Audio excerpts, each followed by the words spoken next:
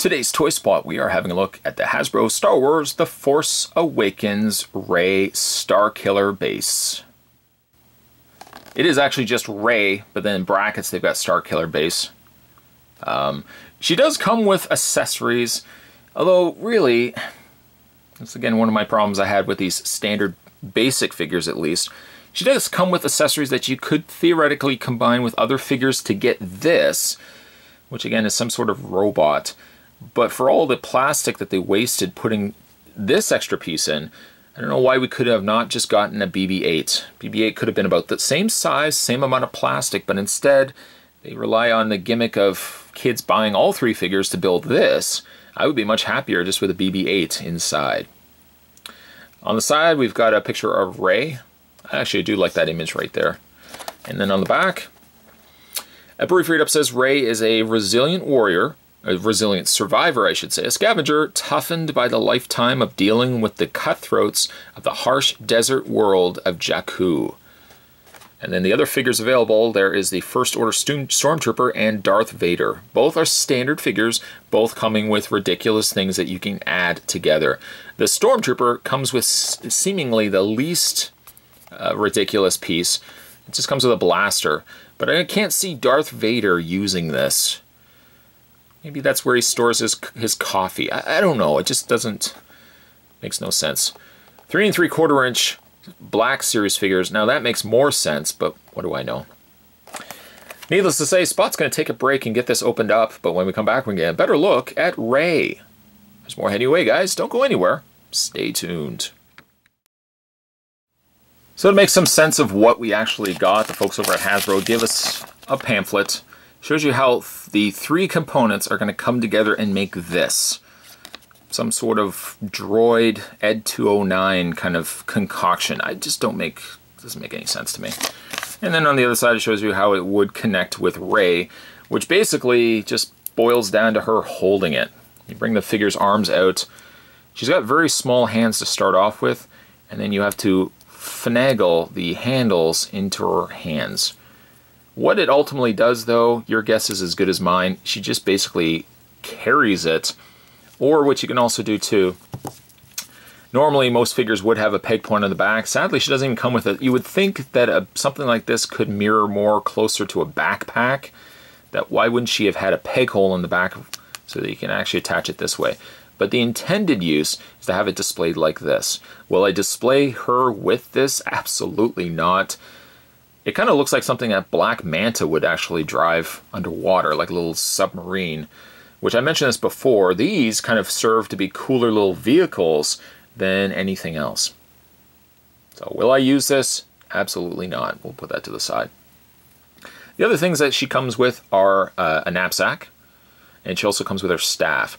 For the knapsack, what you have to do is take this, wrap this around, and it has to attach. I don't know if you guys can see it or not. It has to attach. Let me just move her arm out of the way. There we go. It has to attach to the little peg on the back here.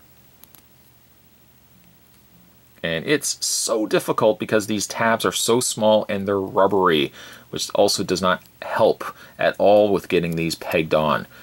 The backpack again wraps around. The pegs aren't even wide enough out. Like the pegs should have actually been on the side of the backpack rather than on the underside, because underside means you have to actually get it behind her back and then peg it in like this. And it's never a successful accomplishment, not by the slightest. That you might find a lot of times when you're putting on the knapsack, it just does want to fight with itself. So the pegs should have been on the side, but again, what do I know? All I know is this figure should not have existed. To be honest, this figure should have just been, I'll move the backpack out of the way, this figure should have just been a Black Series figure. And speaking of, this figure actually is available as a Black Series figure. Saw it at Walmart, just haven't picked it up yet. That these particular figures just serve no purpose. She comes with also a staff, which we can put into her hand. Again, her hands are so small. And you get a pretty convincing looking Rey. The figure looks really good. I don't know if I feel like it looks like Rey. In fact, a lot of these basic figures don't tend to look very much like the actors. To be honest, it kind of looks more like, oh, what's her name? It's going to come to me later. Keira Knightley. There we go. Thank you. Kind of looks like Keira Knightley and less like Rey. Costume is nice. Paint is very good. Paint on the staff also is quite good. A little bit of paint blob on the side there. But other than that, no real issues to speak of. Other than the fact, I sound like such a broken record. I just don't know why Hasbro gave us two different variations of the figure. One variation was, as far as people are saying, a Walmart-only exclusive of the Black Series 3 3/4 inch figures. And then we got this as a mass-released figure. Don't understand why. Should have just given this figure as a multi-articulated figure. And they can say, oh, well, you know, it's additional costs. You know, more articulation means a more expensive figure. But, you know, if you shave stuff off like this, Hasbro CEOs, then you could probably afford to give us a little BB-8, which I feel like Rey should have come with, and you could have given us more articulation. But still, if you're looking at it from just a basic standpoint of a figure, I think she turned out really well. She's actually one of the better figures from the Star Wars Force Awakens basic line. When it comes to posability, it is pretty much what you would expect for a figure like this. She does have a ball joint. It doesn't really move the head very much up and down, but you can rotate the head all the way around. Shoulders rotate also all the way around. And she's got the same thing that Kylo Ren had. I think also General Hux had this too. The legs are sculpted on the inside of the outer robe fabric. At least she does have somewhat of a natural part anyways. It's not like Kylo Ren where it's just a real sharp line right through the cloak where his legs move, which made no sense. A good figure. One of the better figures from The Force Awakens. Again, was it really necessary? We could have easily gotten this figure as a 3 3/4 inch Black Series figure instead of giving us all this extra stuff. If you ask my opinion may not mean anything, but if you ask Spot's opinion, I would say hold off on these figures if you can find them available as Black Series figures. I'd love to get a Rey, and eventually I hope to get a Rey in the Black Series. If I do, I'll do a review of that. A much better option to get this particular figure if you want a smaller scale.